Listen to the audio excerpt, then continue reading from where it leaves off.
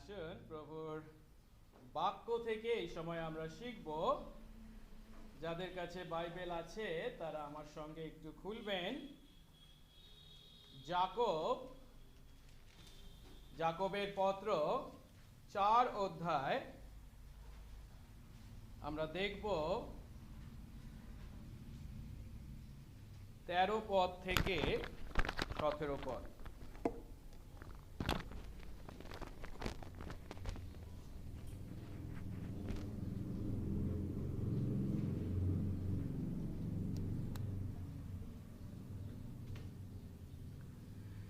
যাকব 4 অধ্যায় 13 পদ থেকে 17 পদ। আমার কাছে পুরানো বাইবেল আছে, আমি পুরানো বাইবেল থেকে পড়ছি। প্রভুর বাক্যে বলা হয়েছে, এখন দেখো, তোমাদের কেহ কেহ বলে, অদ্য কিংবা কল্য আমরা অমুক নগরে যাইব এবং সেখানে 1 বৎসর যাপন করিব, বাণিজ্য করিব ও লাভ করিব। তোমরা তো কল্যকার তত্ত্ব জানো না, তোমাদের জীবন কি প্রকার?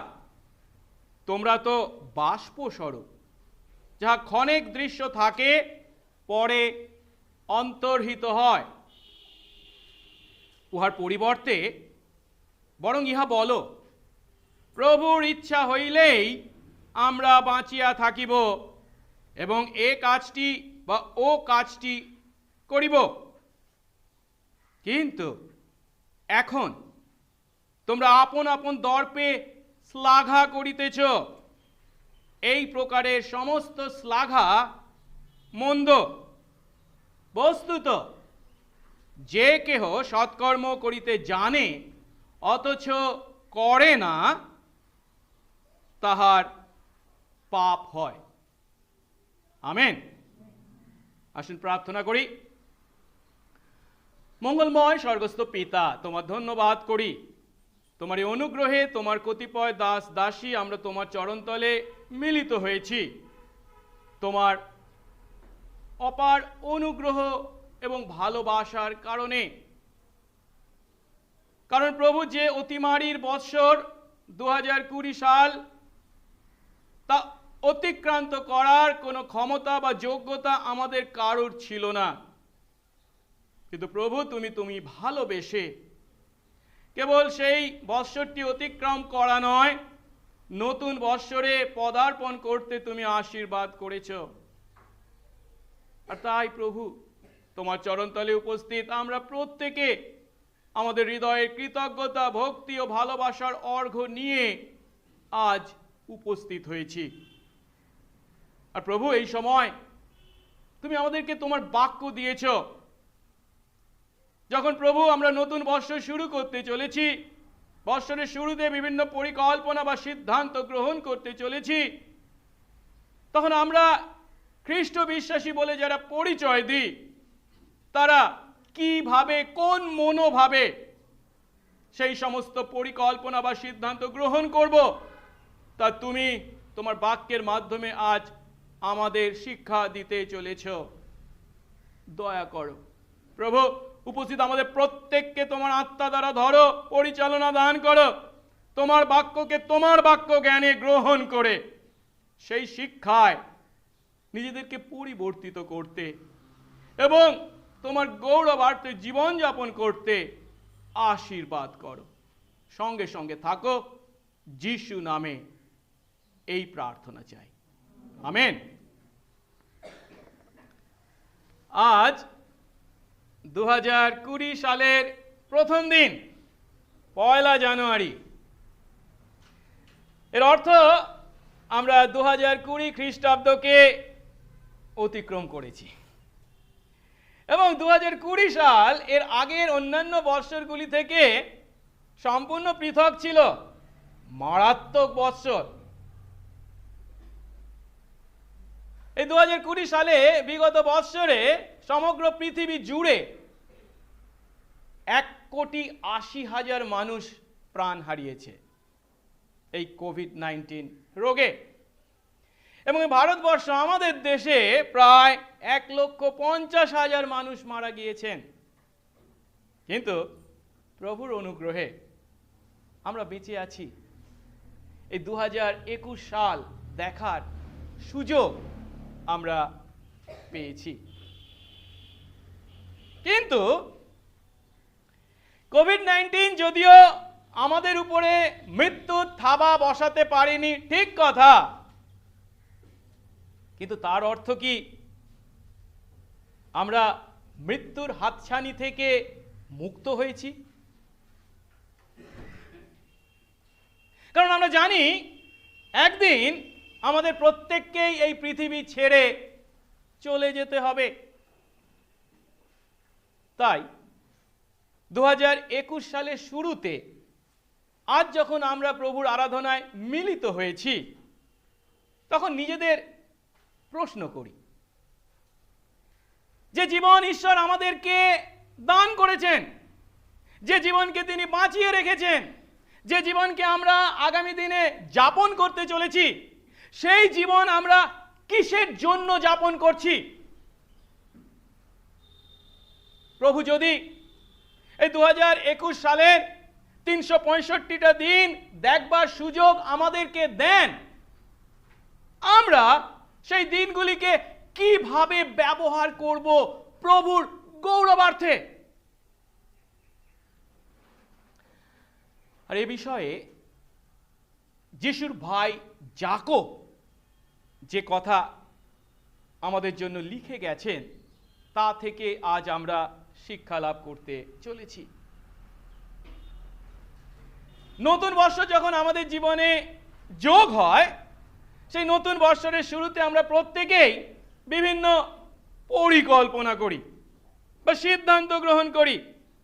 আমরা এই বৎসর কিভাবে কাটাবো, বা এই বৎসরে কোন কাজ কিভাবে করব, কি পড়াশোনা করব, পরিবারের কি কি দায়িত্ব আমি পালন করব, আমার ব্যবসাটা কিভাবে চালাবো, বা আমার চাকরি জীবন আমি কিভাবে যাপন করব, কত টাকা আমি জমাবো, কি কি জিনিস আমি কিনবো।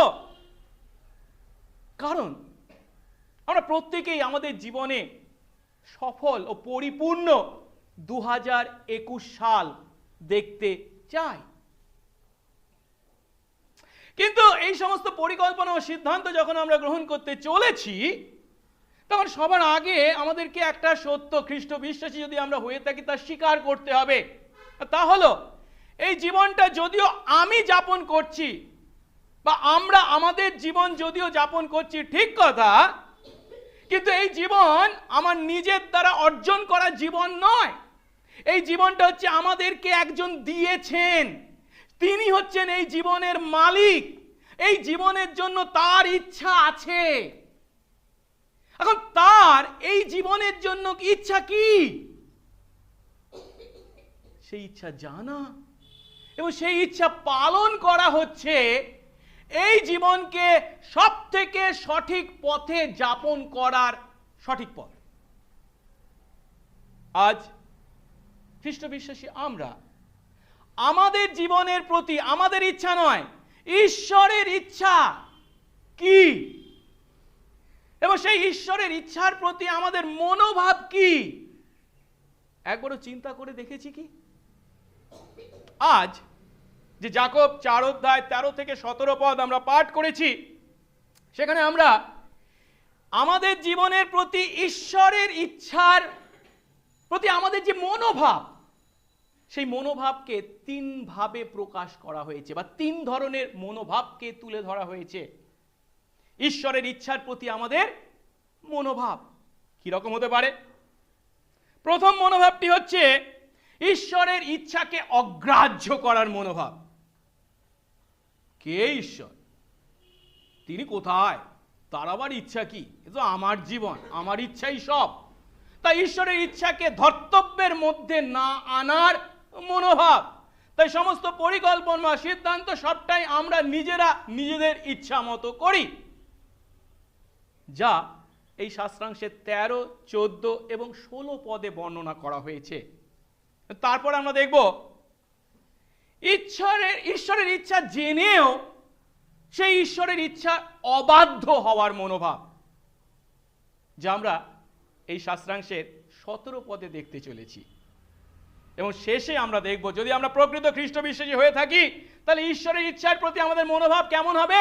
ঈশ্বরের ইচ্ছা জানা এবং তা পালন করার মনোভাব, যা 15 পদে বর্ণনা করা হয়েছে। আসুন আমরা একটা একটা করে এই 3টে মনোভাবকে দেখি। অবশ্যই খ্রিস্ট বিশ্বাসী আমরা কখনোই প্রথম 2টি মনোভাবের অধিকারী হব না, বা হলেও আমাদের পরিবর্তিত হতে হবে। যে মনোভাব আমাদের হতে হবে সেটা কি? তৃতীয় মনোভাব। আর খ্রিস্ট বিশ্বাসী আমাদের জীবনে তৃতীয় মনোভাব তথা ঈশ্বরের ইচ্ছা পালন করার মনোভাব হচ্ছে খুবই গুরুত্বপূর্ণ। আমরা যদি গীত সংহিতা 40 অধ্যায় 8 পদ দেখি, দাউদ বলেছেন, আমি তোমার ইচ্ছা পালন করতে চাই, হে ঈশ্বর তোমার বিধান আমার হৃদয়ে আছে। দাউদের ইচ্ছা কি? ঈশ্বরের ইচ্ছা পালন করা। যিশু নিজে কি বলে গেছেন? আমি যদি মার্ক 3 অধ্যায় 35 পদ দেখি, যিশু প্রচার করছিলেন, এমন সময় যিশুর শারীরিক মা ভাই বোনরা এসেছেন। এই খবর যখন তাকে দেওয়া হয়েছে, যিশু তখন কি বলেছিলেন? যে কেউ ঈশ্বরের ইচ্ছা পালন করে সেই আমার ভাই বোন মা। শুধু কি তাই? মথি 7 অধ্যায় 21 পদে যিশু আমাদেরকে খুব কড়া ভাষায় সতর্ক করে বলেছেন কি? যারা আমাকে হে প্রভু বলে তারা সকলেই যে স্বর্গরাজ্যে প্রবেশ করতে পারবে এমন নয়, কিন্তু কে স্বর্গরাজ্যে প্রবেশ করতে পারবে? যে স্বর্গস্থ পিতার ইচ্ছা পালন করে। তাই খ্রিস্ট বিশ্বাসী হিসাবে ঈশ্বরের সঙ্গে যে আমাদের সম্পর্ক, সেই সম্পর্কের একটা গুরুত্বপূর্ণ উপাদান হলো ঈশ্বরের ইচ্ছার প্রতি আমাদের বাধ্যতা। যাকব তার এই চিঠিতে খাঁটি বিশ্বাস বা উদ্ধারকারী বিশ্বাস কি, তার পক্ষে প্রমাণ কি, অনেক প্রমাণের কথা বলেছেন। এই অংশে এসে তিনি দেখাচ্ছেন, খ্রিস্ট বিশ্বাসী যদি আমরা হই, খাঁটি বিশ্বাসের অধিকারী যদি আমরা হই, তাহলে আমরা কি করব? তার পক্ষে প্রমাণ হিসাবে ঈশ্বরের ইচ্ছার প্রতি বাধ্যতার জীবন যাপন করব। এখন যাকব তার চিঠিতে সরাসরি ঈশ্বরের ইচ্ছার প্রতি বাধ্যতার মনোভাবকে বর্ণনা করার পরিবর্তে প্রথমে তিনি সাধারণ মানুষের 2টি মনোভাবকে তুলে ধরেছেন। একটা কি? ঈশ্বরের ইচ্ছাকে অগ্রাহ্য করার মনোভাব। অন্যটা কি? ঈশ্বরের ইচ্ছা জেনেও তা পালন না করার মনোভাব। বর্ণনা করার পর আমাদের কাছে তিনি সঠিক মনোভাব, ঈশ্বরের ইচ্ছা পালন করার মনোভাবকে তুলে ধরেছেন। কেন? যদি আমরা ভুল মনোভাব দুটো সঠিকভাবে উপলব্ধি করি, তাহলে সঠিক মনোভাবটা কতখানি গুরুত্বপূর্ণ তা আমরা উপলব্ধি করতে পারবো। তাই আসুন আমরা এই 3টে মনোভাবকে একটা একটা করে দেখি। প্রথম মনোভাব, ঈশ্বরের ইচ্ছার প্রতি মনোভাবটা কি? ঈশ্বরের ইচ্ছাকে অগ্রাহ্য করার, উপেক্ষা করার মনোভাব। আমরা যে কতখানি বোকা তার প্রমাণ হচ্ছে ঈশ্বরের ইচ্ছা জানবার কোনো চেষ্টা আমরা করি না, বা ঈশ্বরের ইচ্ছা অগ্রাহ্য করি বা উপেক্ষা করি। এখন ধরুন একজন একটা কম্পিউটার তৈরি করেছে। এখন কম্পিউটারটা কেন তৈরি করা হয়েছে? যিনি তৈরি করেছেন সেই কম্পিউটারের মাধ্যমে কিছু কাজ যেন সাধিত হয়।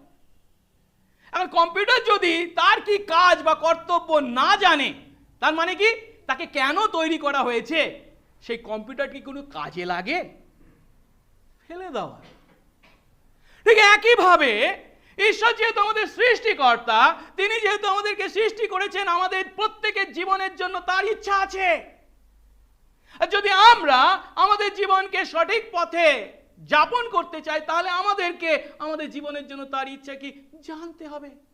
কিন্তু কিছু মানুষ আছেন, তারা ঈশ্বরের ইচ্ছা পালন করা তো দূরের কথা, ঈশ্বরের ইচ্ছা জানবারও কোনো চেষ্টা করেন না। তারা ভাবে তাদের চিন্তা, তাদের পরিকল্পনাই হলো সব। তারা কেবল নিজেদের জ্ঞান বুদ্ধি অনুসারে পরিকল্পনা অনুসারে জীবনযাপন করতে চায় এবং সেই নিজেদের পরিকল্পনাই কেবল পূর্ণ করতে চায়। এমন মানুষদেরকে যাকব 13 পদে বর্ণনা করেছেন। 13 পদটা দেখি। বলা হয়েছে, এখন দেখো তোমাদের কেউ কেউ বলে আজ কিংবা কাল আমরা অমুক নগরে যাব এবং সেখানে 1 বৎসর যাপন করব, বাণিজ্য করব ও লাভ করব। ইহুদিরা এই ব্যবসা বাণিজ্যে খুব ভালো ছিল, আর তারা দেশে বিদেশে বিভিন্ন জায়গায় ব্যবসা বাণিজ্য করত।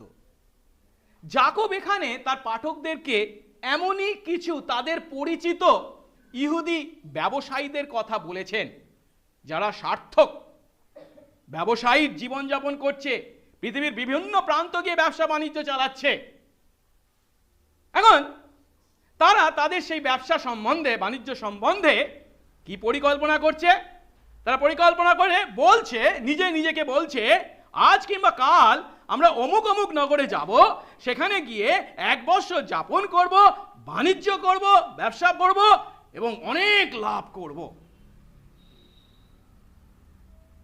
এখন তারা যখন, সেই সমস্ত ব্যবসায়ীরা যখন তাদের সেই ব্যবসা বাণিজ্যের জন্য বিভিন্ন পরিকল্পনা করেন বা কৌশল গ্রহণ করেন, তখন সেই ধরনের পরিকল্পনা বা কৌশল গ্রহণের মধ্যে কি কোনো পাপ আছে? না, আমরা কখনো কোনো পরিকল্পনা বা কৌশল গ্রহণ করতে পারি না। বাইবেল কি আমাদের এমন শিক্ষা দেয়? না, তা কখনোই নয়। অবশ্যই আমরা পরিকল্পনা করব, অবশ্যই আমরা কৌশল গ্রহণ করব, তা খুবই প্রশংসনীয় কাজ। কিন্তু পরিকল্পনা করা বা কৌশল গ্রহণ করার মধ্যে যদিও কোনো সমস্যা নেই, সমস্যা হলো তারা যখন এই সমস্ত পরিকল্পনা বা সিদ্ধান্ত গ্রহণ করে, তখন তারা ঈশ্বরকে সম্পূর্ণভাবে অগ্রাহ্য করে, উপেক্ষা করে। ঈশ্বর যে আছেন, তিনি যে তাদের সৃষ্টিকর্তা, তা স্বীকার করে, তাকে মেনে নিয়ে, তার কথা চিন্তা করে যে তারা সেই সমস্ত পরিকল্পনা বা কৌশল গ্রহণ করছে, তা নয়। ঈশ্বরকে এবং ঈশ্বরের ইচ্ছাকে সম্পূর্ণভাবে অগ্রাহ্য করে তারা কেবল নিজেদের ইচ্ছা মতো সেই পরিকল্পনা বা কৌশল গ্রহণ করছে। কি ধরনের কৌশলের কথা বলেছে? 5খানা বিষয়ের কথা বলেছে এখানে। প্রথম বিষয়, তারা কখন বাণিজ্য করবে তারা নিজেরা ঠিক করছে, কখন? আজ কিংবা কাল। দ্বিতীয়, তারা কোথায় গিয়ে বাণিজ্য করবে? অমুক নগরে। কোথায় বাণিজ্য করবে তাও তারা নিজেরা ঠিক করছে। তৃতীয়ত, তারা সেখানে গিয়ে কতকাল সেই ব্যবসা বাণিজ্য করবে? 1 বৎসর, তাও তারা নিজেরা ঠিক করছে। আবার সেখানে গিয়ে কি করবে? বাণিজ্য করবে। এবং শেষে বলা হচ্ছে কি, আমরা গিয়ে সেখানে কি করব? তাদের উদ্দেশ্য কি? লাভ করব। এখন একটু ভালো করে চিন্তা করে দেখি, আজ বা কাল যে কাজ তারা করবে বলছে, যাবে বলছে, সেই আজ বা কাল তাদের জীবনে কি আসতে পারে তার কোনো গ্যারান্টি আছে? তারা যে জায়গায় বাণিজ্য করার কথা বলছে, সেই জায়গাটা কি উপযুক্ত জায়গা? সে বিষয়ে কি তারা সম্পূর্ণভাবে ভালো করে জানে? তারা কতকাল সেখানে বাণিজ্য করবে? 1 বছর ঠিক করে ফেলেছে, কিন্তু একবারও কি চিন্তা করেছে 1 বছর আমরা সেখানে থাকতে পারবো তো? তারা বলছে আমরা কি ব্যবসা বাণিজ্য করব, কিন্তু ব্যবসা বাণিজ্য করবার পরিস্থিতি সেখানে আছে কি না? লাভ করব, কিন্তু ব্যবসায় কি সবসময় লাভ হয়? ক্ষতি কি হয় না? এখন এই কাজগুলো যখন তারা, বা এই পরিকল্পনা যখন তারা করছে, তারা ঈশ্বরকে তাদের সেই কাজ বা পরিকল্পনা থেকে সম্পূর্ণভাবে বাদ দিয়েছে। তারা এই কাজ করার দ্বারা কি বলতে চাইছে? আমরাই হলাম সর্বজ্ঞ, আমরাই হলাম সর্বশক্তিমান, আমরাই হলাম সমস্ত বিষয়ের উপর নিয়ন্ত্রণ কর্তা। এটা কি সত্যি কথা? তারা সব জানে, তাদের সমস্ত শক্তি আছে, তারা সমস্ত বিষয়কে নিয়ন্ত্রণ করতে পারে না। এখন যাকব এখানে এই যে ব্যবসায়ীদের মনোভাবের কথা বলেছেন, এই একই ধরনের মনোভাবের কথা যিশু আরেকজনের মধ্যে থাকার কথা বলেছিলেন। লুক 12 অধ্যায় 16 থেকে 21 পদে তিনি একজন কৃষককে বর্ণনা করেছিলেন। কি বলেছিলেন? বলছে তিনি তাদের একটা দৃষ্টান্ত বললেন। একজন ধনবানের ভূমিতে প্রচুর শস্য উৎপন্ন হলো। তাতে সে মনে মনে বিবেচনা করল, এখন কি করি, আমার শস্য রাখবার স্থান নেই। পরে সে বলল, এইরূপ করব, আমার গোলাঘরগুলি ভেঙে বড় বড় গোলাঘর তৈরি করব, আর তার মধ্যে আমার সমস্ত শস্য, আমার দ্রব্য রাখবো, আর আপন প্রাণকে বলবো, প্রাণ, বহু বৎসরের জন্য তোমার জন্য অনেক দ্রব্য সঞ্চিত আছে, বিশ্রাম করো, ভোজন পান করো, আমোদ প্রমোদ করো। কিন্তু ঈশ্বর তাকে বললেন, ওরে বোকা, আজ রাতেই তোমার প্রাণ তোমার কাছ থেকে দাবি করে নেওয়া হবে। তবে তুমি যে আয়োজন করলে এ সমস্ত কার হবে? যে কেউ নিজের জন্য ধন সঞ্চয় করে এবং ঈশ্বরের উদ্দেশ্যে ধনবান নয়, সে এইরূপ। আর দুটো উদাহরণকে আমরা দেখতে পাচ্ছি। যাকব বলছে বিদেশে ব্যবসা বাণিজ্য করার পরিকল্পনার কথা, আর দ্বিতীয় উদাহরণটা যিশু দিয়েছেন প্রচুর ফসল উৎপন্ন হওয়ার জন্য বড় বড় গোলাঘর তৈরি করার পরিকল্পনার কথা। এখন এই যে দুটো পরিকল্পনা তারা করেছে, এই পরিকল্পনার মধ্যে কি কোনো সমস্যা ছিল? না, পরিকল্পনা করার মধ্যে কোনো সমস্যা যদিও ছিল না, কিন্তু সেই পরিকল্পনা কালে তারা সম্পূর্ণভাবে ঈশ্বরের অস্তিত্বকে, ঈশ্বরের ইচ্ছাকে অগ্রাহ্য করেছে। আর তা হলো মস্ত বড় বোকার কাজ। কিরকম বোকার কাজ? 14 পদে সেই বোকার কাজের কারণকে যাকব উল্লেখ করেছেন।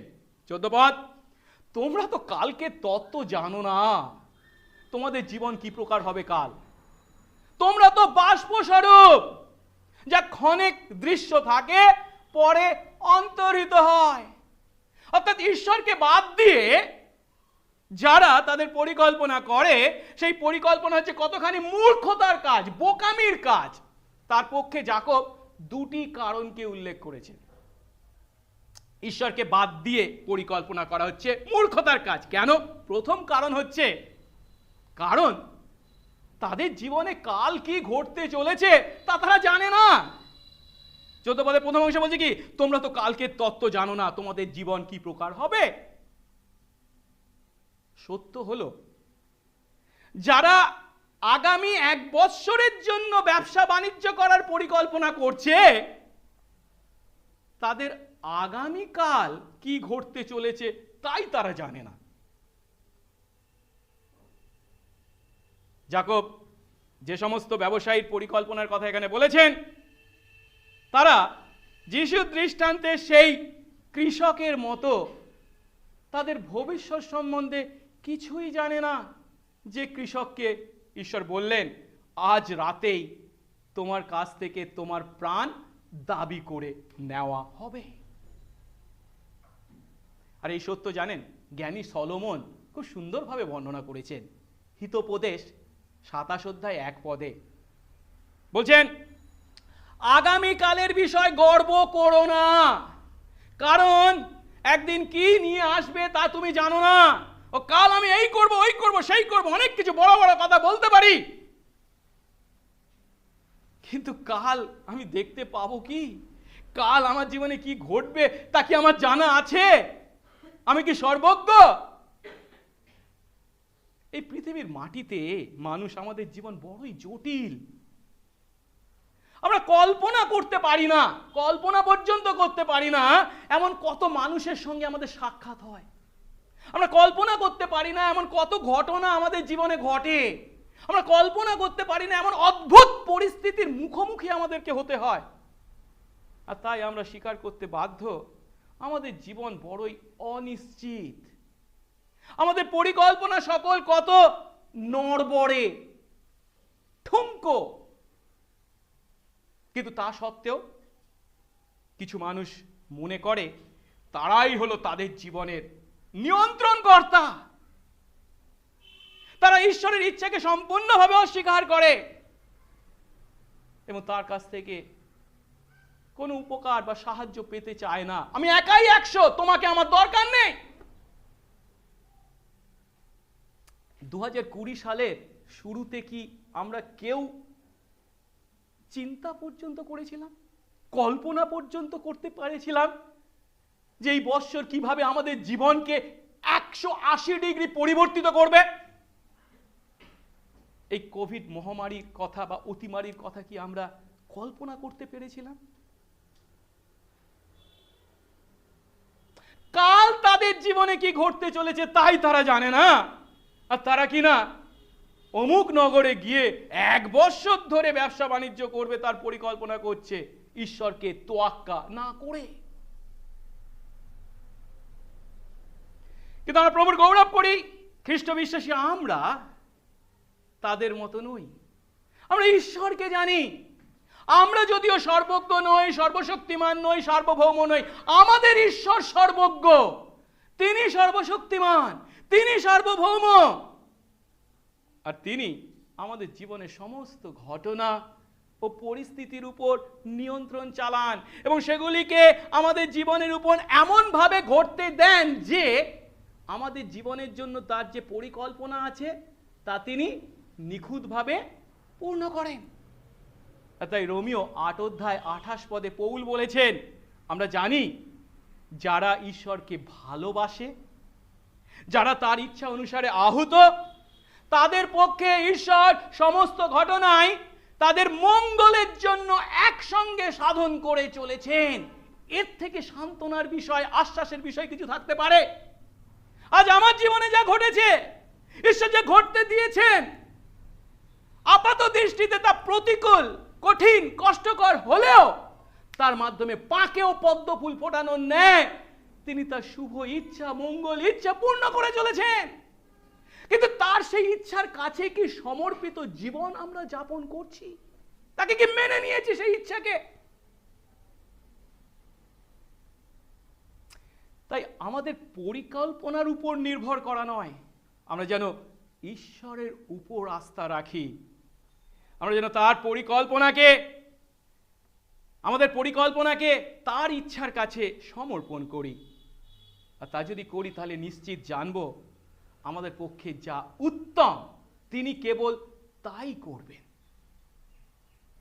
জ্ঞানী সলোমন আবার এমন কথা বলেছেন, তুমি সর্বান্তঃকরণে সদাপ্রভুর উপরে আস্থা রাখো, নিজের বিচক্ষণতার উপর নির্ভর করো না।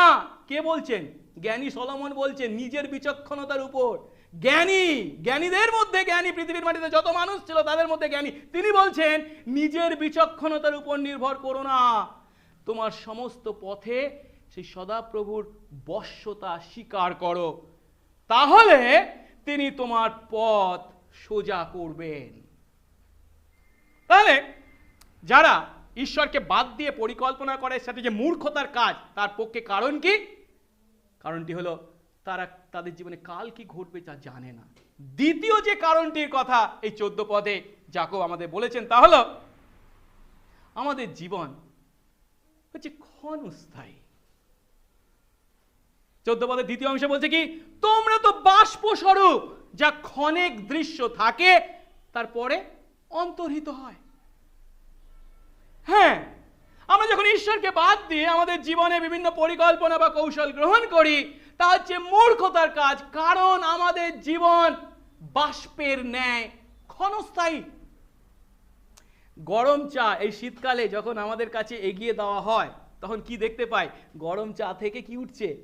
বাষ্প উঠছে। কিন্তু সেই বাষ্প কতক্ষণ আমাদের চোখে ধরা পড়ে? কয়েক মুহূর্ত মাত্র, তারপরেই উবে যায়, আর দেখা যায় না।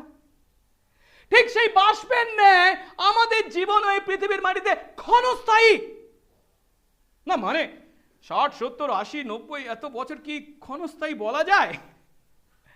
আমরা হয়তো আমাদের দৃষ্টিতে এই জীবনকে বেশ দীর্ঘস্থায়ী মনে করছি, কিন্তু ঈশ্বর আমাদের দৃষ্টিকে, আমাদের জীবনকে কেবলমাত্র এই 80, 100 বছরের দৃষ্টিকোণ থেকে দেখেন না। তিনি কোত্থেকে দেখছেন? অনন্ত থেকে।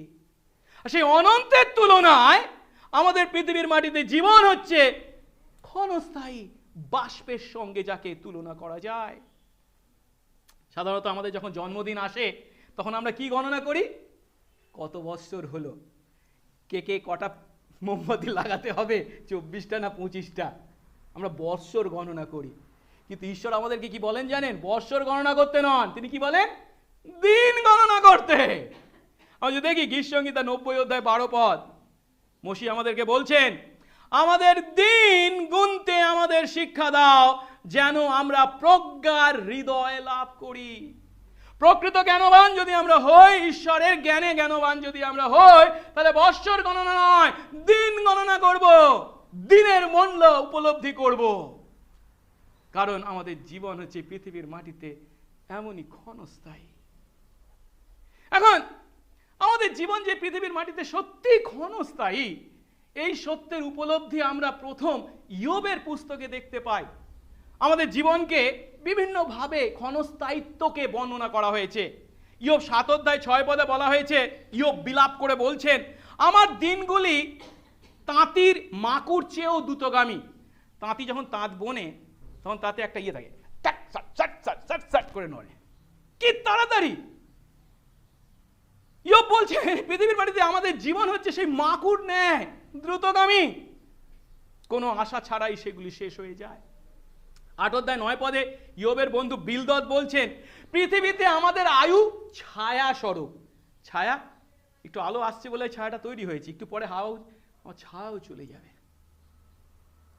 আবার ইয়োব 9 অধ্যায় 25-26 পদে ইয়োব বলছেন, আমার দিনগুলি ডাক হর করার চেয়েও দ্রুতগামী। ডাক হর করা মানে হচ্ছে কি, পোস্টম্যান, যে আগেকার দিনে রানার বয়ে চলেছে, খবরের বোঝা কাঁধে নিয়ে দ্রুত দৌড়ায়, যেমন তার থেকেও দ্রুতগামী হচ্ছে আমাদের জীবন এই পৃথিবীর মাটিতে আমাদের দিনগুলি। বলছে নল খাগড়ার তৈরি সেই নৌকার মতো, যা খুব সহজেই অদৃশ্য হয়ে যায়। নল খাগড়া দিয়ে যদি তৈরি করা যায় নৌকা, সে জলের উপর কতক্ষণ ভাসতে পারে, সঙ্গে সঙ্গে ডুবে যায়। বলছে ঈগল পাখি তার শিকারের উপর যেভাবে নেমে আসে, কত দ্রুত আমাদের জীবন হচ্ছে এমনই, আমাদের দিন হচ্ছে ক্ষণস্থায়ী। এখন তাদের জীবন যেহেতু এত ক্ষণস্থায়ী, সেহেতু ঈশ্বরের ইচ্ছাকে অস্বীকার করে তারা যখন কোনো পরিকল্পনা বা কৌশল গ্রহণ করে, তখন তাদের সেই ক্ষণস্থায়ী জীবনকে নষ্ট করে। একদিক থেকে আমরা উপলব্ধি করতে হবে আমাদের জীবনটাকে খুব ছোট, খুব ক্ষণস্থায়ী, মাত্র কটা দিনের। তাহলে কি আমাদের সেই মাত্র কটা দিনের জীবনকে সঠিক পথে ঈশ্বরের গৌরবার্থে ব্যবহার করতে হবে। তা না করে আমি যদি আমার ইচ্ছা মতো তাকে ব্যবহার করি, মানে কি সেই জীবনটাকে নষ্ট করছি, গোল্লায় নিয়ে যাচ্ছি। খ্রিস্ট বিশ্বাসী আমরা যেন তাদের ন্যায় সেই বোকার কাজ না করি। আমরা যেন আমাদের এই ক্ষণস্থায়ী জীবনকে, বাষ্পের ন্যায় ক্ষণস্থায়ী জীবনকে অনন্তকালীন বিষয়ে লগ্নি করি, ইনভেস্ট করি। আর সেই অনন্তকালীন বিষয় ঈশ্বর আমাদেরকে তার বাক্যে, বাইবেলে দেখিয়েছেন। যদিও ক্ষণস্থায়ী 80 বা 90 বছরের জীবন এই পৃথিবীর মাটিতে আমরা যাপন করি, কিন্তু এই সামান্য দীর্ঘস্থায়ী জীবনে যদি আমরা সঠিক সিদ্ধান্ত নিই, আমাদের পাপের জন্য প্রকৃত অর্থে অনুতপ্ত হই, যিশুকে বিশ্বাস করে তার সন্তান হই, তা আমাদেরকে অনন্তকালীন আশীর্বাদ দেবে। অনন্তকাল ধরে স্বর্গে আমরা আমাদের জীবন উপভোগ করব। কিন্তু তা না করে যদি হেলায় এই জীবনকে অবহেলায় নষ্ট করি, ঈশ্বরের ইচ্ছাকে দূরে সরিয়ে রেখে অনন্তকালীন সেই যন্ত্রণা, কষ্ট আমাদেরকে ভোগ করতে হবে। তাই এই ক্ষণস্থায়ী জীবনের গুরুত্বকে আমাদেরকে উপলব্ধি করতে হবে। আমরা যেন সবসময় মনে রাখি, এক একটি মুহূর্ত যেগুলো অতিবাহিত হচ্ছে, সেগুলো কি মুহূর্ত? অলরেডি অতিবাহিত হয়ে গেছে, তাকে আর ফিরিয়ে আনা যাবে না। তার মানে সেগুলি কত মূল্যবান, সেগুলো ফিরে পাওয়ার কোনো আর সুযোগ নেই। এই মুহূর্তটি, এই সময়, ঘন্টাটি, এই মিনিটটি আমার কাছে কতখানি মূল্যবান ও গুরুত্বপূর্ণ। বলা হয়ে থাকে সময় চলিয়া যায় নদীর স্রোতের ন্যায়, ফিরে আসে না।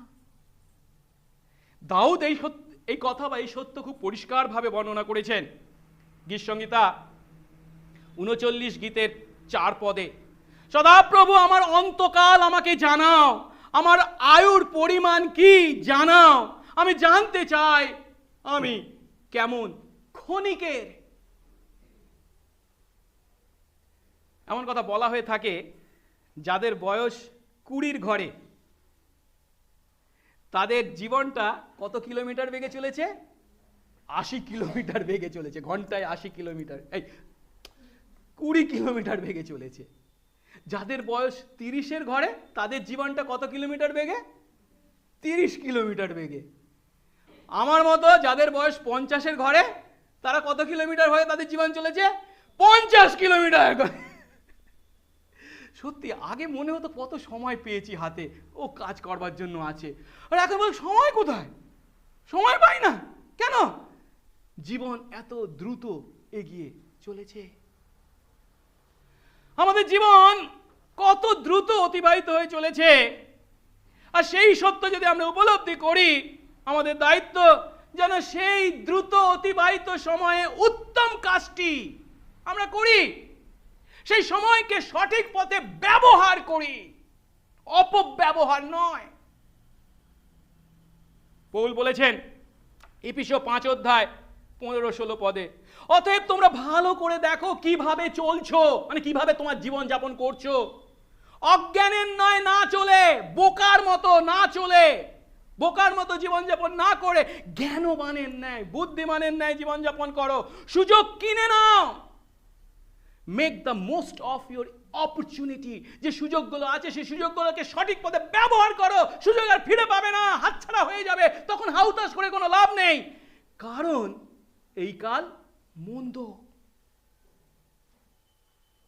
2021 সালের কটা দিন প্রভু আমাদেরকে ভোগ করতে দেবেন আমরা কেউ জানি না, তা নিশ্চিত নয়। কিন্তু একটা জিনিস নিশ্চিত, কি জানেন? আজকের এই দিনটি, এই ঘন্টাটি, এই মিনিটটি বা এই সেকেন্ডটি হচ্ছে নিশ্চিত। এই সময়টা, এই দিনটা তো আমি পেয়েছি, এটা আমার কাছে নিশ্চিত। তাই এই দিনের জন্য তিনি আমাকে যে সুযোগ দিয়েছেন, সেগুলোকে যেন প্রভুর গৌরবার্থে ব্যবহার করি। এই দিন হাতছাড়া হয়ে যাবে, তখন হাউতাস করে কোনো লাভ হবে না। আজকের এই দিনটাকে, এই ঘন্টাটাকে, এই মিনিটটাকে যেন আমরা সঠিক পথে ব্যবহার করি। কিন্তু তা না করে, ঈশ্বরকে বাদ দিয়ে, তার ইচ্ছাকে বাদ দিয়ে যদি আমরা আমাদের বিভিন্ন পরিকল্পনা বা কৌশল গ্রহণ করি, যাকব বলছে তা হচ্ছে ঔদ্ধত্যের কাজ, ঔদ্ধত্য, দর্প করার কাজ। আর যে কোনো ধরনের দর্প বা ঔদ্ধত্য হচ্ছে মন্দ, পাপপূর্ণ বিষয়। 16 পদ দেখি, কিন্তু এখন তোমরা নিজের নিজের দর্পে মানে ঔদ্ধত্যে শ্লাঘা করছো, মানে গর্ব করছো, বড়াই করছো। আর এই ধরনের গর্ব বা ঔদ্ধত্য সবই হচ্ছে মন্দ, পাপপূর্ণ। অর্থাৎ ঈশ্বরের ইচ্ছাকে অগ্রাহ্য করে যারা তাদের ব্যবসা বাণিজ্যের বড় বড় পরিকল্পনা করে,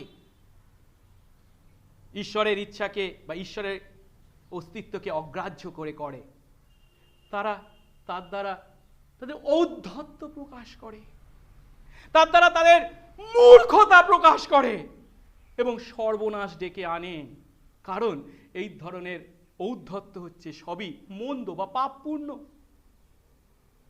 যারা তাদের নিজেদের পরিকল্পনার মহত্বকে উচ্চীকৃত করে, সেই ঔদ্ধত্য প্রকাশ করে, আসলে কিন্তু তারা কি করে জানেন? তাদের নিজেদের দুর্বলতাই প্রকাশ করে।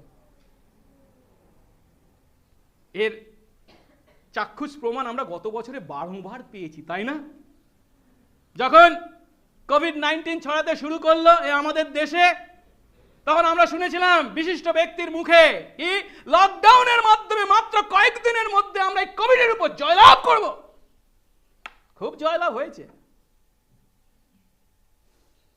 থমাস এ কেম্পিসের ভাষায় man possesses but God disposes, যার অর্থ মানুষ ভাবে এক আর হয় আর এক।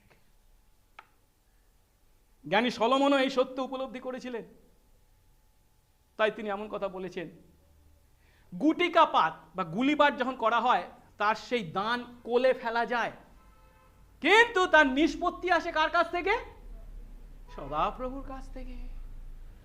কোন মানুষই কোন ঘটনার উপর বা ভবিষ্যৎ ঘটনার উপর কোনো নিয়ন্ত্রণ চালাতে পারে না, কারণ সেই ভবিষ্যৎকে জানার প্রজ্ঞা আমাদের নেই, মানুষের নেই, যে সেই ভবিষ্যতের উপর নিয়ন্ত্রণ করার ক্ষমতা মানুষের নেই।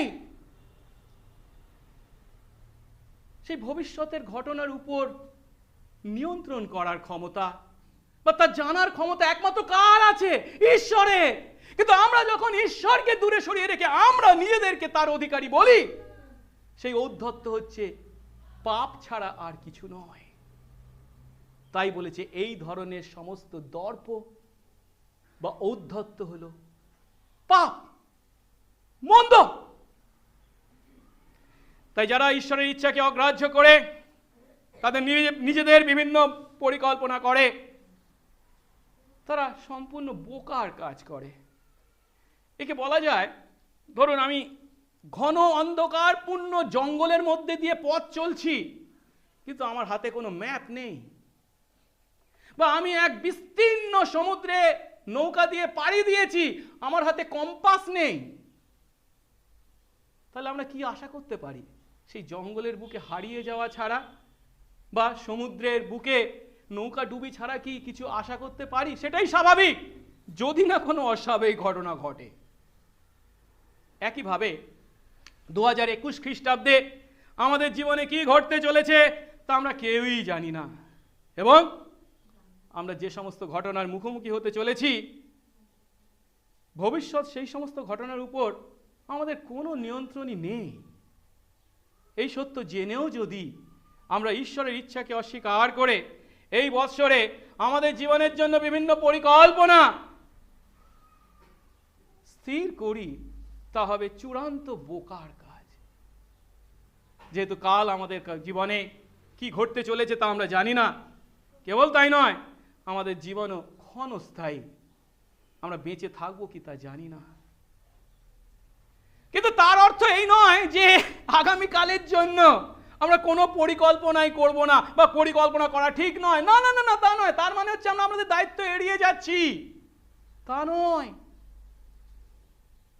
কিন্তু তার পরিবর্তে আমাদের উচিত, আমাদের যেটা করতে হবে তা হলো আমাদের সমস্ত পরিকল্পনাকে ঈশ্বরের কাছে সমর্পণ করা। যিশুর ন্যায় বলা, আমার ইচ্ছা নয়, তোমার ইচ্ছাই পূর্ণ হোক। 139 গীতে দাউদ বলেছেন, বস্তুত তুমিই আমার মর্ম রচনা করেছো, তুমি মাতৃগর্ভে আমাকে বুনেছো, আমার দেহ তোমার কাছ থেকে গুপ্ত ছিল না, যখন আমি গোপনে নির্মিত হচ্ছিলাম, সেই পৃথিবীর অধস্থানে শিল্পিত হচ্ছিলাম। এর অর্থ, আপনার ও আমার জীবনের জন্য ঈশ্বরের নিজের পরিকল্পনা আছে। আমাদের জন্মের পূর্বে তিনি আমাদের জীবনের গতিপথ এঁকে রেখেছেন, প্রত্যেকের জীবনের গতিপথ তিনি আমার ও আপনার জীবনের নিয়ন্ত্রণ কর্তা। তাই তার সেই ইচ্ছার কাছে যেন আমরা নিজেদের পরিকল্পনাকে, নিজেদেরকে সমর্পণ করি, তাকে মেনে নিই। আসুন এবার আমরা ঈশ্বরের ইচ্ছার প্রতি দ্বিতীয় মনোভাবকে দেখি। আর সেই দ্বিতীয় মনোভাবটি হলো ঈশ্বরের ইচ্ছা জেনেও সেই ইচ্ছার প্রতি অবাধ্যতার মনোভাব। আর এই দ্বিতীয় মনোভাবটা হচ্ছে খুব মারাত্মক মনোভাব। প্রথম মনোভাবে যারা ঈশ্বরের অস্তিত্বকে অস্বীকার করে তার ইচ্ছা জানবার কোনো চেষ্টা করেনি, তাদের থেকেও এটা হচ্ছে মারাত্মক মনোভাব। যারা ঈশ্বরের ইচ্ছা জানে, তাদেরকে জানানো হয়েছে, তবুও তারা তা অগ্রাহ্য করছে, অবাধ্য হচ্ছে। 17 পদে যাকব তাদের ভৎসনা করে বলছেন, কি বলেছেন? বস্তুত যে কেউ সৎ কাজ করতে জানে কিন্তু করে না, সে কি করে? পাপ করে।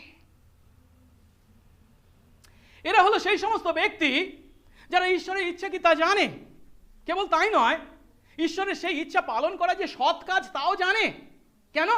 কারণ ঈশ্বরের ইচ্ছা যে উত্তম তা তারা জানে।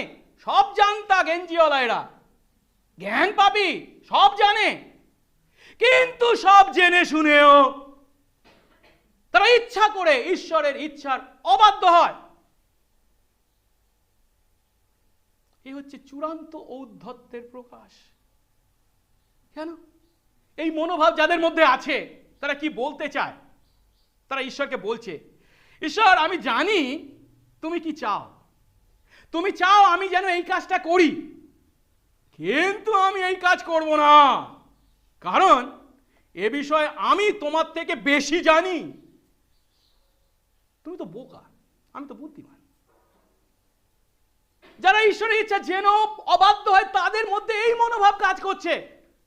একে আমি কিভাবে বর্ণনা করব? ধরুন লুক 5 অধ্যায় 1 থেকে 11 পদে আমরা দেখতে পাই যিশুর সঙ্গে পিতরের সাক্ষাৎ ঘটেছিল। যিশু তার নৌকাটা ভাড়া নিয়েছিলেন, একটু সামনের দিকে নিয়ে গিয়েছিলেন এবং তাতে প্রচার করেছিলেন, এবং তারপর তিনি পিতরকে বলেছিলেন তোমার নৌকার ডান দিকে জাল ফেলো। কিন্তু পিতর তার আগের দিন সারা রাত চেষ্টা করে কোনো মাছ ধরতে পারেনি। সে সকালে উঠে তার জাল কি করেছে? শুকাচ্ছে। কেন? পরের দিন রাত্রে আবার মাছ ধরবে। এমন সময় যিশু তাকে বলছেন কি, তোমার নৌকার ডান দিকে জাল ফেলো। এখন পিতর যিশুকে তখন এমন কথা নিশ্চয়ই বলতে পারত, যিশু আপনি একজন গুরু মহাশয় এবং ধর্মীয় সুশিক্ষা আপনি দিয়ে থাকেন, সে বিষয়ে আপনার অনেক জ্ঞান আছে, আমি জানি এবং স্বীকার করি, কিন্তু আমি একজন জেলে, এত বছর মাছ ধরছি, মাছ ধরার সময় এবং স্থান সম্বন্ধে আপনার থেকে অনেক বেশি জ্ঞান আমার আছে, এটাই কি স্বাভাবিক নয়? আর এই কথা বলে পিতর যদি তার জাল না ফেলতো, ঈশ্বরের বা যিশুর ইচ্ছার অবাধ্য হতো, তাহলে সে সেই ঔদ্ধত্যের কাজ করত, যে ঔদ্ধত্যের কথা এখানে বলা হয়েছে, সৎ কার্য করতে জেনেও যে তা করে না। আর এটা কতখানি মারাত্মক, জেনেও না করার কাজ। লুক 12 অধ্যায় 47-48 পদে যিশু তাদের সেই মারাত্মক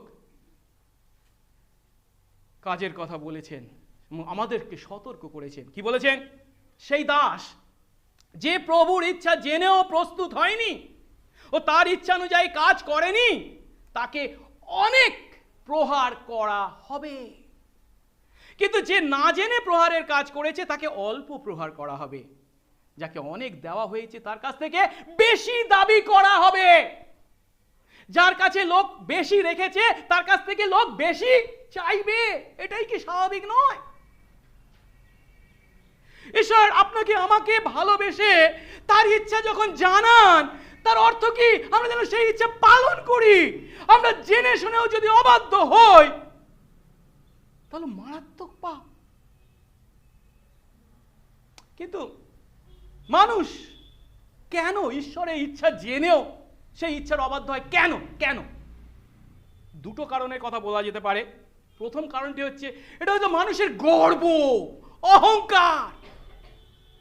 মানুষ নিজেকে তার জীবনের এবং তার আত্মার নিয়ন্ত্রণকর্তা বলে ভাবে। কেন?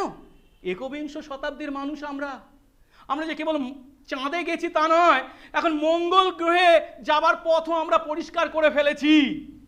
তখন এই মানুষ, আমাদের মধ্যে এই চিন্তাটা আসা খুবই স্বাভাবিক যে আমরা সব কিছুই করতে পারি। ও ঈশ্বরের ইচ্ছা জেনে পালন করার কি দরকার আছে? আমি আমার ইচ্ছাই পালন করব, আমি সব পারি। আর দ্বিতীয় যে কারণটা মানুষ ঈশ্বরের ইচ্ছা জেনেও তার অবাধ্য হয়, তা কি জানেন? ঈশ্বরের ইচ্ছার বৈশিষ্ট্য সম্বন্ধে মানুষের অজ্ঞতা বা ভুল ধারণা থাকার কারণে মানুষ ভাবে ঈশ্বরের ইচ্ছা হলে এমন বিষয়, তা সে তার নিজের ইচ্ছা হলে পালন করতে পারে বা নিজের ইচ্ছা না হলে পালন নাও করতে পারে। অর্থাৎ ঈশ্বরের ইচ্ছাকে সে তেমন গুরুত্ব দেয় না, হালকা ভাবে নেয়। সে ভাবে পালন না করলেও, ঈশ্বরের ইচ্ছা পালন না করলেও কিছু আসে যায় না। সত্যি কি তাই? ঈশ্বরের ইচ্ছা আমাদের কাছে কি পছন্দ করার বিষয়? না, তার পরিবর্তে ঈশ্বরের ইচ্ছা হলো আমাদের কাছে বাধ্যবাধকতার বিষয়। কেন? তিনি আমাদের সৃষ্টিকর্তা, আমরা তার সৃষ্ট বিষয়, আমরা তার বাধ্য হতেই বাধ্য। তার ইচ্ছাকে আমরা কখনো হালকাভাবে নিতে পারি না। আবার অনেকের মনে ঈশ্বরের ইচ্ছা সম্বন্ধে ভুল ধারণা আছে। তারা মনে করে ঈশ্বরের ইচ্ছা পালন করার অর্থ কি? দুঃখ দুর্দশা ডেকে আনা। হ্যাঁ, হবাকে এসে যখন, হবার কাছে এসে যখন শয়তান বলেছিল কি হবে না, মানে খেতে বারণ করেছে, মরিবেই মরিবে ইত্যাদি, হ্যাঁ, তখন হবা কি, সব কি বলেছিল? না না না না না না না না, মরবে না, বরঞ্চ তোমরা কি ঈশ্বরের মতো হয়ে যাবে। মানে কি? ঈশ্বরের ইচ্ছা পালন করার অর্থ কি? ওহ, আমরা বড় আশীর্বাদ থেকে বঞ্চিত করে রেখেছেন ঈশ্বর আমাদেরকে, সেই জন্য শয়তানের ইচ্ছা পালন করলে আমরা সেটা লাভ করতে পারবো। এই হচ্ছে মিথ্যা চিন্তা, মিথ্যা শিক্ষা আমাদের মধ্যে, আমাদের রন্ধে রন্ধে শয়তান পাপ ঢুকিয়ে রেখেছে। কিন্তু সত্য হলো ঈশ্বরের ইচ্ছার প্রতি অবদ্ধতাই আমাদের জীবনে দুঃখ দুর্দশা ডেকে আনে। হবা শয়তানের কথা শুনে ঈশ্বরের ইচ্ছার যখন অবাধ্য হয়েছিল, যে পাপ, যে দুঃখ দুর্দশা এনেছে তার ভুক্তভোগী আমরা প্রত্যেকে। তাই মথি 7 অধ্যায় 23 পদে সেই বিচার দিনে রায় ঘোষণার বিষয় যিশু কি বলেছেন? তাদের উদ্দেশ্যে তিনি কি বলবেন? হে অধর্মচারীরা, আমার কাছ থেকে দূর হও। এই অধর্মচারী কারা? 21 পদে তাদের সম্বন্ধে বলছে কি? যারা শুধু হে প্রভু করে, কিন্তু ঈশ্বরের পিতা ঈশ্বরের ইচ্ছা পালন করে না। তাদেরকে শেষ দিনে কি বলা হবে? আমার কাছ থেকে দূর হও। প্রশ্ন হলো, খ্রিস্ট বিশ্বাসী আমরা কি ঈশ্বরের ইচ্ছা জেনেও সেই ইচ্ছার অবাধ্য হতে পারি? এই প্রশ্ন করার কি আমার প্রয়োজন আছে? আপনারা নিজেরাই উত্তর দিতে পারবেন। আমরা নিজেরাই উত্তর দিতে পারবো, কারণ বারংবার আমরা তা করেছি। এই গত বছর 2020 সাল যদি একটু ভালো করে চিন্তা করি, আমরা দেখতে পাবো আমাদের জীবনে সেই সমস্ত ঘটনা ও কাজকে আমি জানতাম এটা ঈশ্বরের ইচ্ছা নয়। সেই সমস্ত কুকথা, কুচিন্তা, কুব্যবহার, কুসম্পর্ক আমার জীবনে থাকা উচিত নয়। ঈশ্বর বারবার তার বাক্যের মাধ্যমে আমাদেরকে উপলব্ধি দিয়েছেন, আমরা জেনেছি ঈশ্বর চান না এগুলি কন্টিনিউ করা, কিন্তু আমরা করেছি। ঈশ্বরের ইচ্ছা জেনেও আমরা তার অবাধ্য হয়েছি। আর এটা যে শুধু আমাদের জীবনে ঘটে তা নয়, বাইবেলেও আমরা দেখতে পাই সেই সমস্ত মহান মহান ব্যক্তি, তাদের জীবনেও তা ঘটেছে। এর ভালো উদাহরণ হিসেবে আমরা জোনার কথা চিন্তা করতে পারি। জোনা ভাওবাদী, যিনি ঈশ্বরের কি ইচ্ছা তা ভালো করেই জানতেন, কিন্তু তা পালন করতে চাননি। ঈশ্বর জোনাকে নিনবিত যেতে বলেছিলেন, আর জোনা নিনবিত যাওয়ার পরিবর্তে কোথায়? তার ইচ্ছা অনুসারে তার ঠিক বিপরীতে সে স্পেনের উদ্দেশ্যে, তর্শিসের উদ্দেশ্যে যাত্রা করেছিলেন। কিন্তু প্রভু তাকে মারাত্মকভাবে যখন শাসন করলেন, শেষ পর্যন্ত ঈশ্বরের ইচ্ছার প্রতি বাধ্য হতে জোনা বাধ্য হয়েছিলেন। একইভাবে খ্রিস্ট বিশ্বাসী আমরা যখন ঈশ্বরের ইচ্ছা জেনেও তার অবাধ্য হই, তখন তার বাধ্য হওয়া পর্যন্ত, যতক্ষণ না পর্যন্ত আমরা তার বাধ্য হই, ততক্ষণ পর্যন্ত তিনি আমাদের শাসন করেন। পিতা যেমন তার সন্তানদেরকে শাসন করেন, মা যেমন তার সন্তানকে শাসন করে যেন সে সঠিক পথে চলে। ইব্রিয় 12 অধ্যায় 5 থেকে 11 পদে ইব্রিয় পুস্তকের লেখক খুব সুন্দরভাবে এই বিষয়টি বর্ণনা করেছেন। আমি একটু পড়ি। আর তোমরা এই আশ্বাস বাক্য ভুলে গিয়েছ যা পুত্র বলে তোমাদের সঙ্গে কথা বলেছে। কি? কারণ প্রভু যাকে প্রেম করেন তাকেই শাসন করেন, যে কোনো পুত্রকে গ্রহণ করেন তাকেই প্রহার করেন। শাসনের জন্যই তোমরা সহ্য করছো, যেমন পুত্রদের প্রতি তেমনি ঈশ্বর তোমাদের প্রতি ব্যবহার করছেন। কারণ পিতা যাকে শাসন করেন না এমন পুত্র কোথায়? কিন্তু তোমাদের যদি শাসন না হয় সকলেই তো তার ভাগী। তবে সুতরাং তোমরা জারজ, পুত্র নও। আবার আমাদের মাংসের পিতারা আমাদের শাসনকারী ছিলেন এবং আমরা তাদের সমাদর করতাম, তবে যিনি আত্মা সকলের পিতা, আমরা কি অনেক গুণ বেশি পরিমাণে তার বশীভূত হয়ে জীবন ধারণ করব না? ওরা তো অল্প দিনের জন্য ওদের যেমন ভালো মনে হতো তেমনই শাসন করতেন, কিন্তু ইনি মঙ্গলের জন্যই করছেন, যেন আমরা তার পবিত্রতার ভাগী হই। কোনো শাসনই আপাতত আনন্দের বিষয় বলে মনে হয় না, কিন্তু দুঃখের বিষয় বলে মনে হয়। তবুও তার দ্বারা, সেই শাসনের দ্বারা যাদের মধ্যে অভ্যাস জন্মায়, পরে তাদের ধার্মিকতার শান্তিযুক্ত ফল প্রদান করেন। ঈশ্বর আমাদেরকে শাসন করেন।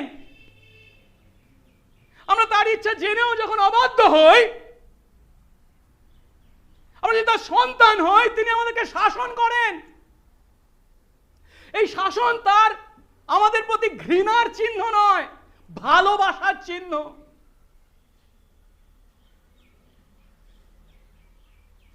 কিন্তু খ্রিস্ট বিশ্বাসী হয়ে, আমি বারবার বলছি কথাটা ভালো করে শুনি, কান খুলে শুনি, খ্রিস্ট বিশ্বাসী বলে আমরা পরিচয় দিই, কিন্তু ঈশ্বরের ইচ্ছার ক্রমশ অবাধ্য হওয়া সত্ত্বেও ঈশ্বর যদি আমাদের শাসন না করেন, তাহলে বুঝতে হবে আমরা কখনোই প্রকৃত অর্থে নতুন জীবন লাভ করিনি। আমরা মিথ্যা বিশ্বাসী। তিনি পিতা হয়ে সন্তান আমাদেরকে শাসন করবেন, এটাই হচ্ছে সঠিক সত্য পরিচয়, আচরণ, ব্যবহার। তাই প্রভুর শাসন হলো তার সন্তানদের প্রতি তার ভালোবাসার প্রকাশ, ঘৃণার প্রকাশ নয়। 2021 সালের শুরুতে আমরা যখন বিভিন্ন পরিকল্পনা ও সিদ্ধান্ত গ্রহণ করতে চলেছি, আসুন ঈশ্বরের ইচ্ছাকে যেন আমরা হালকাভাবে নিতে পারি না সেই সত্য উপলব্ধি করি, এবং সেই ইচ্ছাকে, ঈশ্বরের ইচ্ছাকে যে আমরা পালন করতে বাধ্য তা জেনে তার ইচ্ছার কাছে নিজেদেরকে সমর্পণ করি, তার ইচ্ছা পালন করার শপথ গ্রহণ করি। সেই ইচ্ছাকে দেখে যদি মনে হয়, ঈশ্বরের ইচ্ছাকে দেখে মনে হয় এটা অস্বাভাবিক, এই পরিস্থিতিতে এটা স্বাভাবিক কোনো হতে পারে না, যদি অস্বাভাবিক বলে মনে হয়, সেই ইচ্ছা পালন করা যদিও কঠিন বলে মনে হয়, সেই ইচ্ছার বিরুদ্ধে সকলেই মত প্রকাশ যদিও করে, এবং সেই ইচ্ছা পালন করার জন্য আমাকে ক্ষতি স্বীকার করতে হবে বলে যদি মনেও হয়, তবুও আসুন তার ইচ্ছার বাধ্য হওয়ার শপথ করি। আজ হয়তো ঈশ্বরের ইচ্ছার অবাধ্য হওয়াটা তেমন গুরুতর বিষয় বলে মনে হচ্ছে না, কিন্তু প্রভু যেদিন ফিরে আসবেন, তিনি আমাদের কাজের বিচার করবেন, সেদিন কিন্তু তার ইচ্ছার অবাধ্যতা মারাত্মক গুরুতর বিষয় হয়ে উঠবে। আসুন এবারে আমরা শেষ বিষয় বা ঈশ্বরের ইচ্ছার প্রতি তৃতীয় মনোভাবটি দেখি, আর সেটি হচ্ছে ঈশ্বরের ইচ্ছাকে অগ্রাহ্য করাও নয়, ঈশ্বরের ইচ্ছা জেনে তা অবাধ্য হওয়াও নয়, কিন্তু কি ঈশ্বরের ইচ্ছা জানা এবং পালন করা, যা সঠিক, এই প্রত্যেক খ্রিস্ট বিশ্বাসীর সঠিক মনোভাব। আর তার কথা 15 পদে বলা হয়েছে। আসুন 15 পদ পড়ি। তার পরিবর্তে বরং এই কথা বলো, প্রভুর ইচ্ছা হলেই আমরা বেঁচে থাকব এবং এই কাজটি বা ওই কাজটি করব। সত্য বিশ্বাসীর বাহ্যিক চিহ্ন বা খাঁটি উদ্ধারকারী বিশ্বাসের প্রমাণ হলো ঈশ্বরের ইচ্ছাকে স্বীকার করে তা পালন করা। এবং কেবল কেবল বিশেষ পরিস্থিতিতে কেবল ঈশ্বরের ইচ্ছা বলা নয়, সব সময় অভ্যাসগতভাবে ধারাবাহিকভাবে জীবনের প্রতিটা ক্ষেত্রে প্রতিটা সিদ্ধান্তে গ্রহণে আমরা প্রভুর ইচ্ছাকে স্বীকার করব। অর্থাৎ প্রভুর ইচ্ছাই হবে আমাদের সমস্ত পরিকল্পনার কেন্দ্রীয় বিষয়।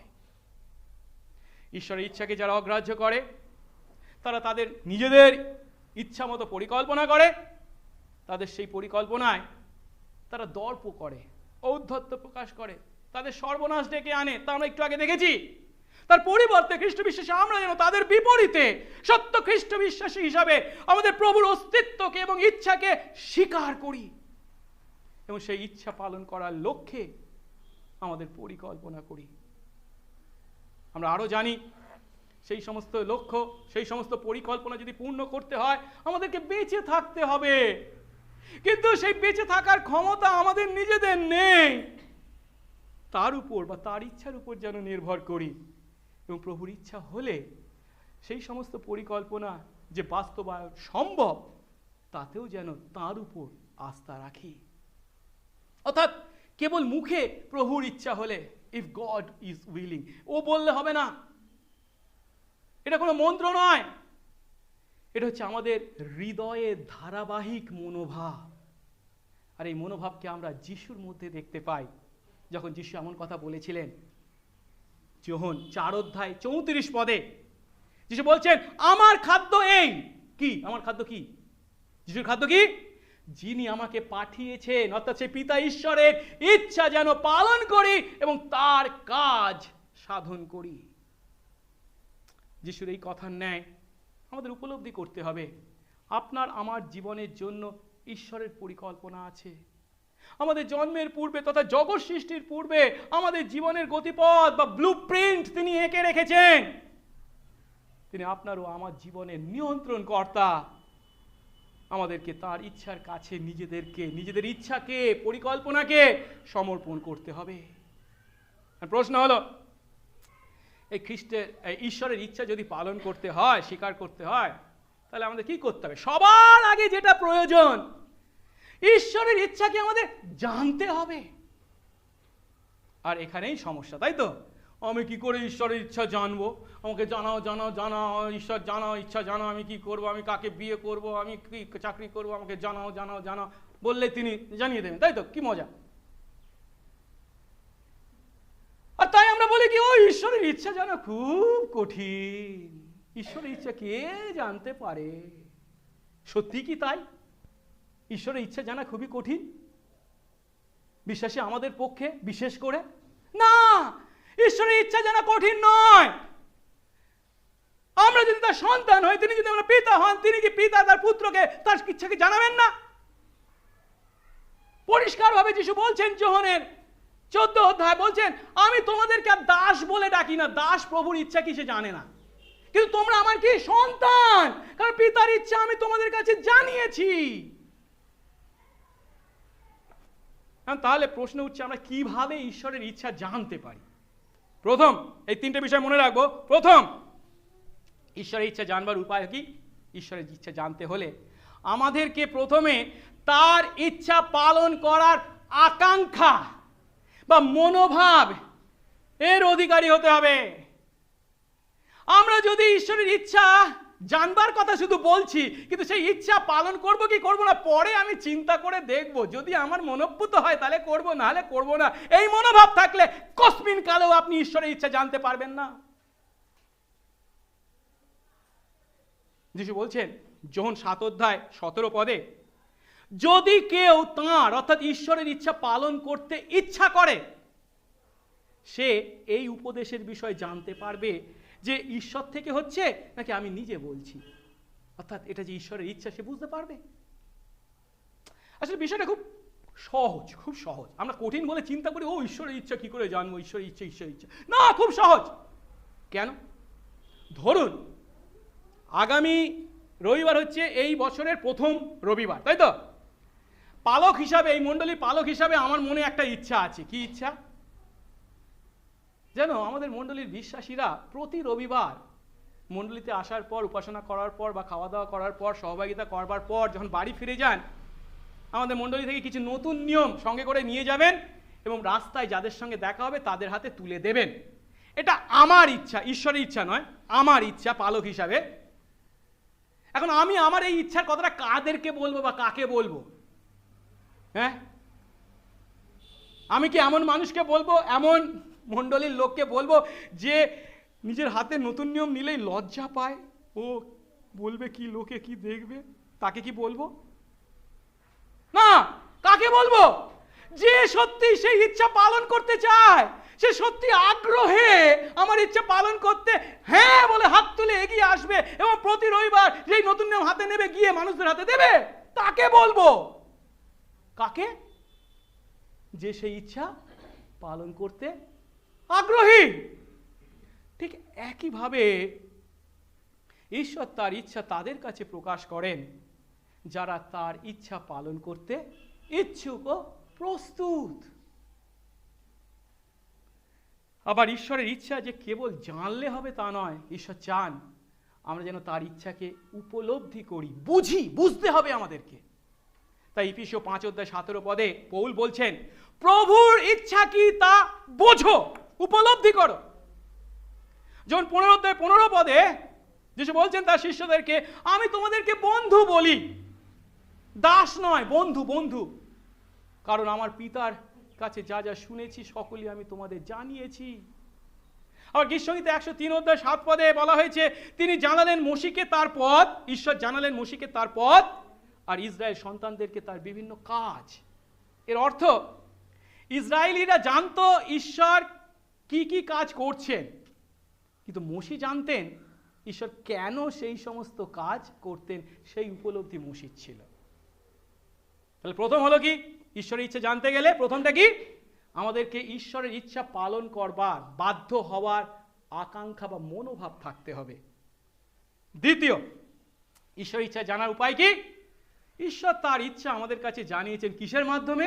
তার বাক্য বাইবেলে।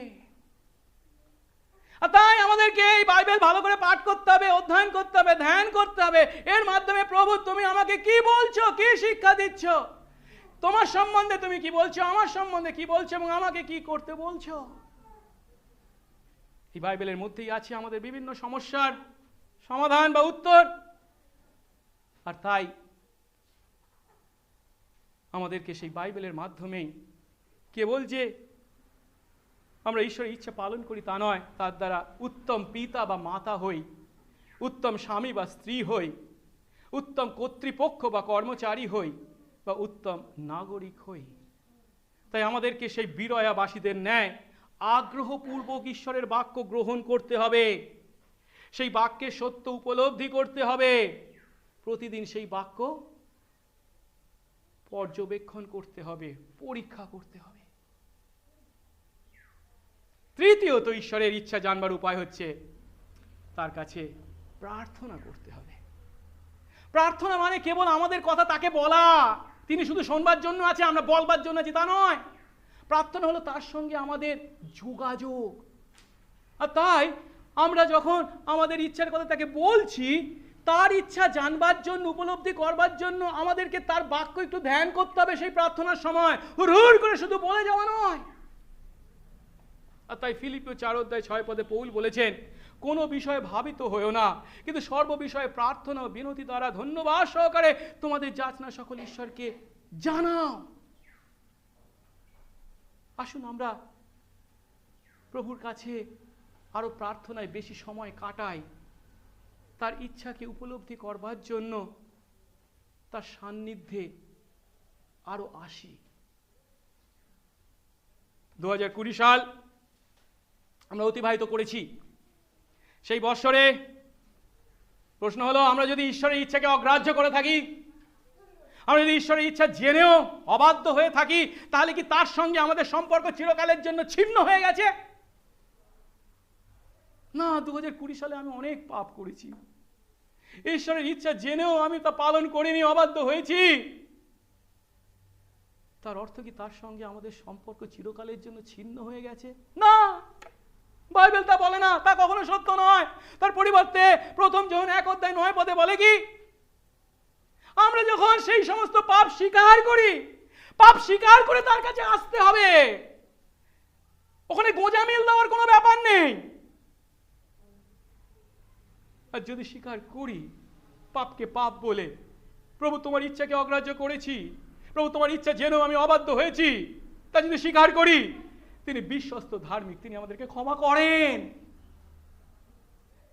ঈশ্বরের প্রতি ভালোবাসা যদি আমাদের মধ্যে থাকে, তার ইচ্ছা পালন করার আকাঙ্ক্ষা যদি আমাদের মধ্যে থাকে, ঈশ্বরের গৌরব কীর্তন করার উদ্দেশ্য যদি আমাদের মধ্যে থাকে, তাহলে পাপ স্বীকার করতে আমরা দেরি করব না। ক্ষমার আনন্দে আমরা নতুন বৎসর শুরু করব, তার কাছ থেকে পাওয়া সেই ক্ষমার নিশ্চয়তায়। তাহলে আমরা উপরে এতক্ষণ ধরে ঈশ্বরের ইচ্ছার প্রতি 3টে মনোভাবের কথা আলোচনা করলাম। আপনি কোন মনোভাবের অধিকারী? আপনি যখন নতুন বৎসরে শুরু করবার বিভিন্ন পরিকল্পনা করছেন বা সিদ্ধান্ত গ্রহণ করছেন, তখন ঈশ্বরের ইচ্ছাকে কি সম্পূর্ণভাবে অগ্রাহ্য করেছেন, নাকি ঈশ্বরের ইচ্ছা জেনেও তা পালন করবার বিন্দুমাত্র চিন্তা আপনার নেই, ইচ্ছা আপনার নেই? এই দুটি মনোভাবই হলো সর্বনাশের পথ বা সর্বনাশের পথে এগিয়ে চলার মনোভাব। কিন্তু প্রকৃত খ্রিস্ট বিশ্বাসী ঈশ্বরের ইচ্ছা জেনে, ঈশ্বরের ইচ্ছাকে ভালোবেসে সেই ইচ্ছা আনন্দ সহকারে পালন করে ও আশীর্বাদ ভোগ করে। আসুন আমাদের জীবনের জন্য ঈশ্বরের ইচ্ছাকে আমরা জানি এবং সেই ইচ্ছাকে ভালোবাসি এবং সেই ইচ্ছাকে পালন করি। হয়তো সেই ঈশ্বরের ইচ্ছা পালন করার জন্য এই পৃথিবীর মাটিতে আমাদের জীবন পথ সহজ হবে না হয়তো, কিন্তু জানেন ঈশ্বরের ইচ্ছা পালনের পথেই আছে প্রকৃত সুখ, শান্তি এবং আশীর্বাদ। এবং তা কেবল ইহকালের মধ্যে সীমাবদ্ধ নয়, তা পরকাল পর্যন্ত আমাদের জীবনে সেই প্রকৃত সুখ, শান্তি ও আশীর্বাদ নিয়ে আসে। প্রার্থনা করি। মঙ্গলময় স্বর্গস্থ পিতা, তোমার ধন্যবাদ করি যে প্রভু বৎসরের শুরুতে তুমি আরেকটি বার আমাদেরকে সুযোগ দিলে তোমার ইচ্ছার প্রতি খ্রিস্ট বিশ্বাসী আমরা কোন মনোভাবে এই নতুন বৎসর আমরা শুরু করতে চলেছি। প্রভু, যখন আমরা নতুন বৎসর শুরু করছি, এই বছরের জন্য অনেক পরিকল্পনা আমাদের মাথায় আমরা রেখেছি, কৌশল গ্রহণ করছি বা সিদ্ধান্ত নিয়েছি, কিন্তু প্রভু তোমাকে বাদ দিয়ে যদি সেই সমস্ত পরিকল্পনা, সিদ্ধান্ত বা কৌশল গ্রহণ করে থাকি, তাহলে মূর্খতার কাজ। কারণ প্রভু তুমি আমাদের সৃষ্টিকর্তা, আমরা তোমার সৃষ্ট বিষয়। আমাদের প্রত্যেকের জন্য এই সৃষ্টির পিছনে আছে তোমার ইচ্ছা, পরিকল্পনা, উদ্দেশ্য। দয়া করো আমরা তোমার উদ্দেশ্যে সেই সঠিক জীবন কেবল তখনই যাপন করি যখন তোমার আমাদের জীবনের জন্য সেই উদ্দেশ্য, লক্ষ্য, পরিকল্পনাকে জেনে, গ্রহণ করে, বিশ্বাস করে, তোমাদের আস্থা রেখে তা পালন করি বা পূর্ণ করি। দয়া করো, সঙ্গে সঙ্গে থাকো, তোমার ইচ্ছা পালনের আকাঙ্ক্ষা আমাদেরকে দাও, তোমার বাক্যের মাধ্যমে সেই ইচ্ছাকে উপলব্ধি করার দৃষ্টি দাও, অন্তর্দৃষ্টি। প্রার্থনায় তোমার কাছে সময় কাটানোর মাধ্যমে তোমার সেই সমস্ত ইচ্ছা সম্বন্ধে নিশ্চিত হতে আশীর্বাদ করো, সঙ্গে সঙ্গে থাকো। যিশু নামে এই প্রার্থনা চাই, আমেন। আসুন এই সময় আমরা প্রভুর প্রশংসার্থে গান করব এবং গানের পর আমরা প্রার্থনায় আসব।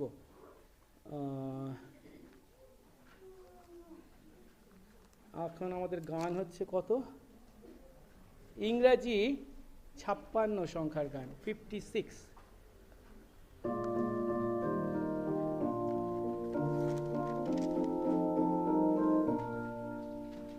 হবে আশিস বরিশাল, প্রেমের অঙ্গীকার আছে, সজীব হব স্বর্গ হতে, বরিশান পাঠাও যিশু, আশিস বরিশান, আশিস বরিশান চাই। করুণা বিন্দু তো আছে, তবু মোরা বরিশান চাই। হবে আশিস বরিশান, পাবো জাগরণ নব, পাহাড় পতাকা প্রান্তর বর্ষায় হবে ভরপুর। আশিস বরিশান, আশিস বরিশান চাই। করুণা বিন্দু তো আছে, তবু মোরা বরিশান চাই।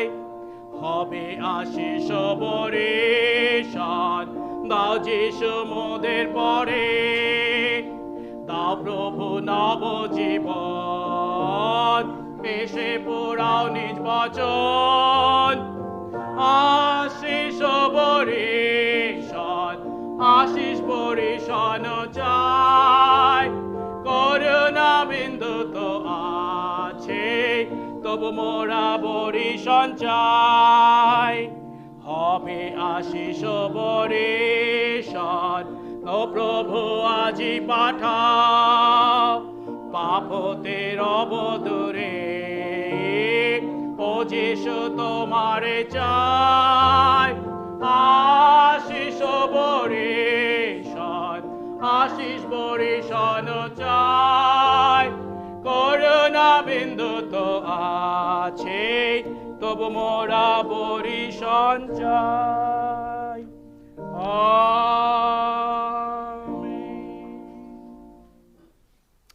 প্রার্থনা করার আগে একটি বিষয়, আনন্দের বিষয় ঘোষণা করি।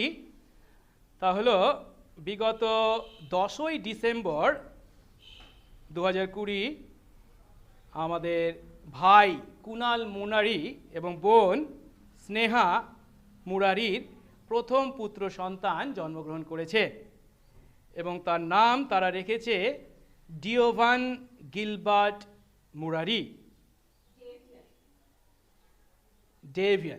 ডেভিয়ান গিলবার্ট মুরারি।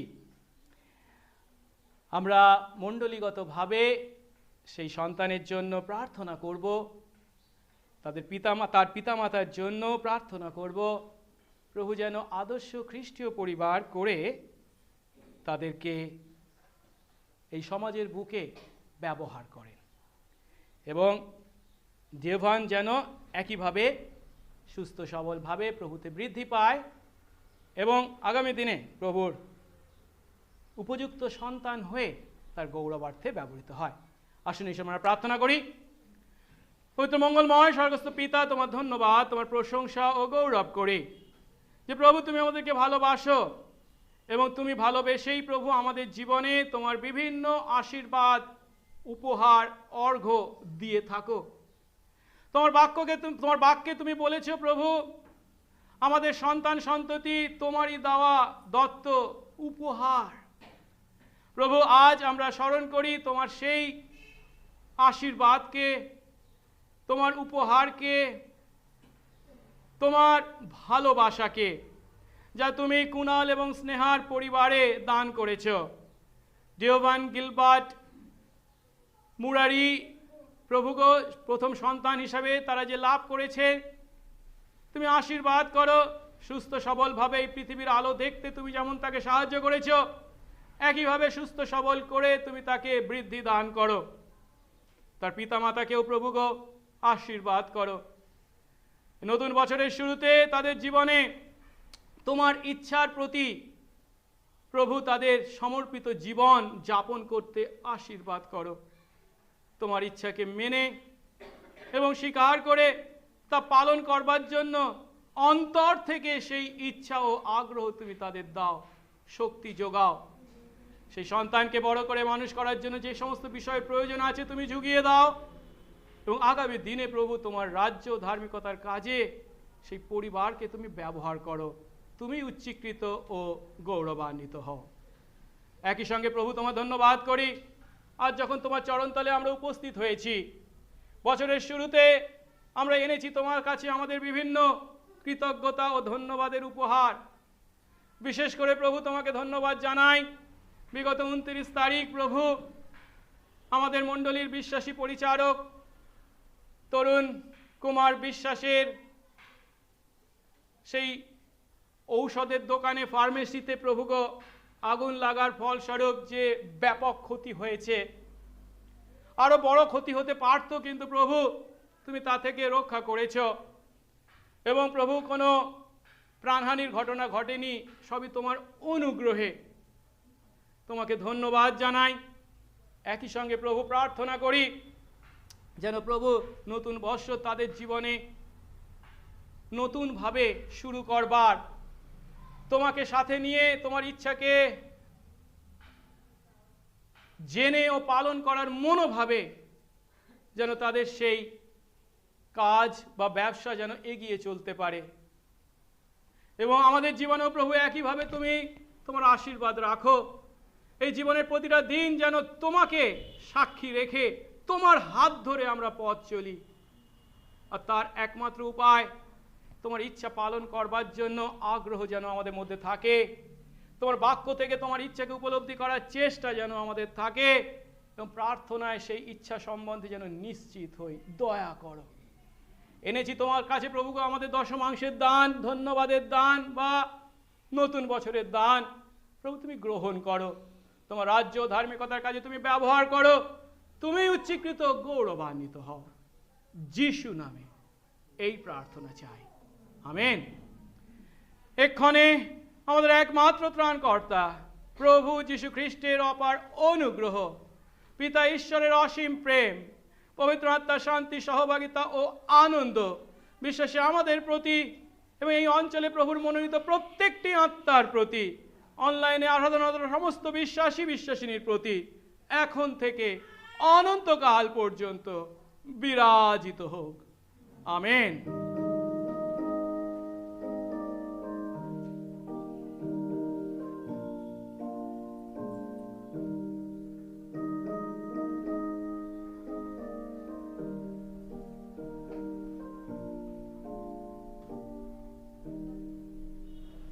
আমেন। জয় যিশু। Happy new year. আমরা একে অন্যকে বলি শুভ নববর্ষ। প্রভুর গৌরবার্থে এই বৎসর যেন তার ইচ্ছা পালনকারী বৎসর হয়, সেই আশীর্বাদ সকলের প্রতি কামনা করি। ঈশ্বর আমাদের সহবর্তী। জয় যিশু।